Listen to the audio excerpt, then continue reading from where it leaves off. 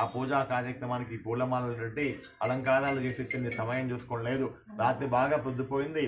ఆ తీర్థాన్ని ప్రసాదాన్ని అన్నాన్ని ఇంటికి పోతే తల్లి గొప్పడిన బిడ్డ కళావతి, అసలు ఏడు వచ్చిన ఆడపిల్లవు, నీ భర్త తండ్రి ఇంటి లేదు, ఇప్పటిదాకా ఎక్కడని చెప్పేసి గట్టిగా కోప్పడితే ఆ మాటలకు బాధపడ్డ కళావతి పలికిందమ్మా, నేను ఎటువంటి దురాలోచనతో కూడాను బయటకు వెళ్ళలేదు.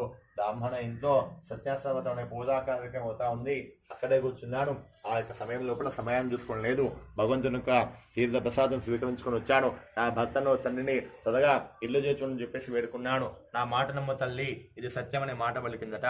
ఆ యొక్క మాట వినగానే ఆ సమయం లోపల లీలావతి కూడా వ్రతం జ్ఞాపకం వచ్చింది. బిడ్డను దగ్గరగా తీసుకొని బాధలు పడిందట.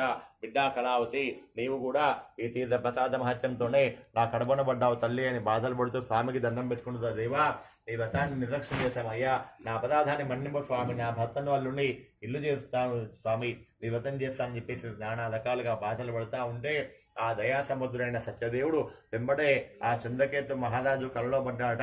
ఓ మహారాజా, ఎటువంటి దొంగతనం చేయని మామాళ్ళు ఎదురు నీ యొక్క జైల్లో పెట్టావు, ఇది నా మాయ వల్ల జరిగిందే కాబట్టి వారిని బంధ విముక్తులు చేయి, వాళ్ళ వ్యాపారం దెబ్బతీసావు కదా, వాళ్ళ ద్రవ్యానికి నిందలు అధికంగా నుంచి సాగనంపము.